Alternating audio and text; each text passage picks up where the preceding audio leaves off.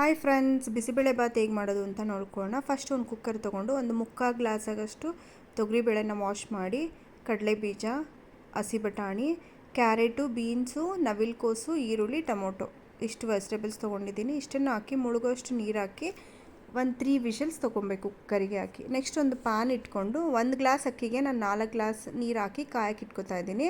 ಅದು ನೀರು ಕಾಯೋಷ್ಟರಲ್ಲಿ ಒಂದು ಮಿಕ್ಸರ್ ಜಾರ್ ತೊಗೊಂಡು ಕೊಬ್ಬರಿ, ಒಂದು 5 ಬಾಡಿಗೆ ಮೆಣಸಿನ್ಕಾಯಿ, ಸ್ವಲ್ಪ ಹುಣಸೆಹಣ್ಣು, ನಾನಿಲ್ಲಿ 2 ಪಾಕ ಆಗೋಷ್ಟು MTR ಬಿಸಿಬೇಳೆಬಾತ್ ಪೌಡರು, ಒಂದು ಸ್ವಲ್ಪ ಬೆಲ್ಲ ಹಾಕ್ಕೊಂಡು ನೀರು ಹಾಕ್ಕೊಂಡು ಗ್ರೈಂಡ್ ಮಾಡಿ ಸೈಡ್ಗೆ ಇಟ್ಕೊಂಡ್ಬಿಡಿ.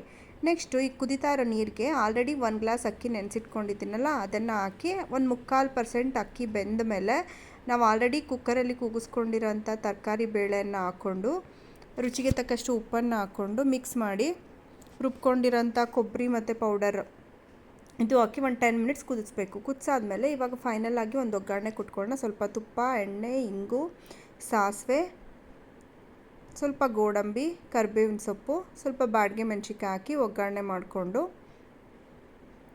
ಬಿಸಿಬೇಳೆಬಾತ್ಗೆ ಹಾಕ್ಕೊಬೇಕು. ಮೇಲೆ ಸ್ವಲ್ಪ ಕೊತ್ತಂಬರಿ ಸೊಪ್ಪು ಹಾಕಿ ನೀಟಾಗಿ ಮಿಕ್ಸ್ ಮಾಡಿಕೊಂಡ್ರೆ ಟೇಸ್ಟಿಯಾದ ಬಿಸಿಬೇಳೆಬಾತ್ ರೆಡಿ ಆಯಿತು. ಇಷ್ಟ ಆದರೆ ಲೈಕ್ ಮಾಡಿ and please subscribe to my channel. Bye.